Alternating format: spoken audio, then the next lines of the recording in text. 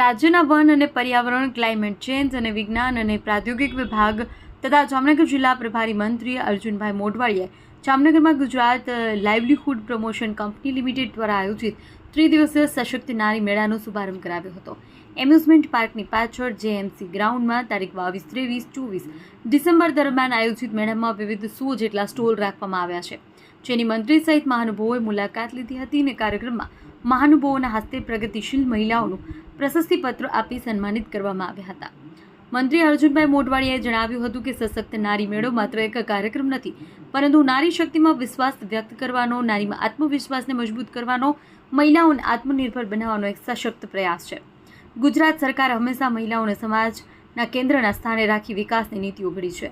વડાપ્રધાન નરેન્દ્ર મોદીની દૂરંદેશી નેતૃત્વ અને મુખ્યમંત્રીના માર્ગદર્શન હેઠળ રાજ્ય સરકારે બેટી બચાવો બેટી પઢાઓ, મુખ્યમંત્રી મહિલા ઉત્કર્ષ યોજના, મિશન મંગલમ, સખી મંડળ, નારી ગૌરવ દિવસ જેવી અનેક યોજનાઓ દ્વારા મહિલાઓને શિક્ષણ, આરોગ્ય, રોજગાર, સ્વરોજગાર ક્ષેત્રે સશક્ત બનાવવાની દિશામાં નોંધપાત્ર કામગીરી છે.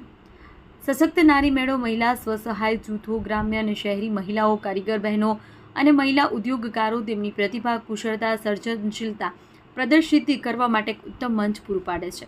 અહીં બહેનો દ્વારા તૈયાર કરાયેલા હસ્તકલા ઉત્પાદનો, ઘર ઉદ્યોગના વિવિધ પદાર્થો, ખાદ્ય ઉત્પાદનો, પરંપરાગત કળાઓ અને નવીન વ્યવસાયિક વિચારોએ વાતનો જીવંત દાખલો છે કે આજની નારી કોઈ પણ ક્ષેત્રમાં પાછળ નથી. જ્યારે મહિલા આત્મનિર્ભર બને છે ત્યારે પરિવારનું આર્થિક સંબળ વધે છે, બાળકોનું ભવિષ્ય સુદૃઢ બને છે અને સમાજમાં સમાનતા પ્રગતિનો માર્ગ સુગમ બને છે. સશક્ત નારી મેળા જેવા કાર્યક્રમો બહેનોમાં આત્મવિશ્વાસ જગાડે છે અને તેમને પોતાના પગ પર ઊભા રહેવાની પ્રેરણા આપે છે. સરકાર બહેનોને તાલીમ, નાણાકીય સહાય, માર્કેટિંગ અંગે રોજગારીની વધુ તકો ઉપલબ્ધ કરવામાં પ્રતિબદ્ધ છે.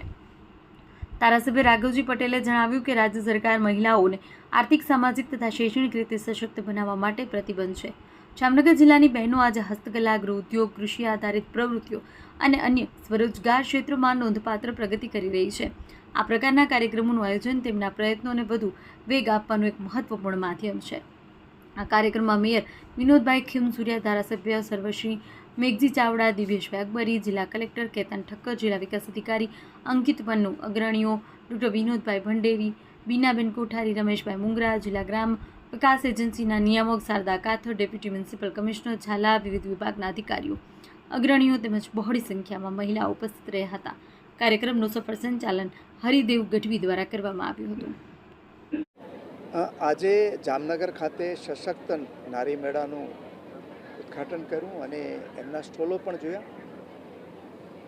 જામનગર શહેર અને જિલ્લાની સખી મંડળોની બહેનો, જુદા જુદી સંસ્થાઓની બહેનો, એમણે સાથે મળી જે કોઈ પ્રોડક્ટ બનાવી છે એનું અહીંયા પ્રદર્શન રાખવામાં આવ્યું છે અને એના દ્વારા મહિલાઓને જે પોતાની કૃતિઓ બનાવે છે, નાના નાના આર્ટવર્ક મારફતે કે પછી ગૃહ ઉદ્યોગો મારફતે, એને રાજ્ય સરકારનો અભિગમ એવી છે કે આવી મહિલાઓને માર્કેટ માટેનું એક પ્લેટફોર્મ મળવું જોઈએ.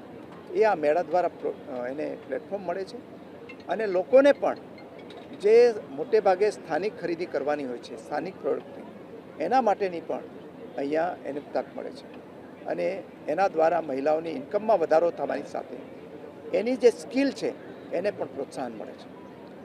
વર્તમાન ભારતીય જનતા પાર્ટીની ભૂપેન્દ્રભાઈ પટેલની સરકારે જે અગાઉ જે તે વખતના માનનીય મુખ્યમંત્રી શ્રી અને વર્તમાન પ્રધાનમંત્રી શ્રી નરેન્દ્રભાઈએ જે યોજનાઓ મહિલા સશક્તિકરણની ચાલુ કરેલી એને આગળ વધારવાનું કામ અત્યારે વર્તમાન અમારી સરકાર કરી રહી છે અને હજારો બહેનો આ આર્થિક રીતે પગભર થવામાં અને સશક્ત થવામાં અંદર આ જે ભૂમિકા ભજવી રહી છે, એ ડ્રોન દીદી હોય, લખપતિ દીદી હોય કે પછી બીજા નાના નાના સખી મંડળો મારફતે એક કોઈ આર્થિક પ્રવૃત્તિ કરવાની હોય, તમામ પ્રવૃત્તિઓની અંદર બહેનો મોટે પાયે ભાગ લઈ રહી છે અને પ્રધાનમંત્રીશ્રીનો જે સંકલ્પ છે 2047માં વિકસિત ભારત બનાવવાનો, એમાં તમામ મહિલા શક્તિ અત્યારે કામે લાગેલી છે.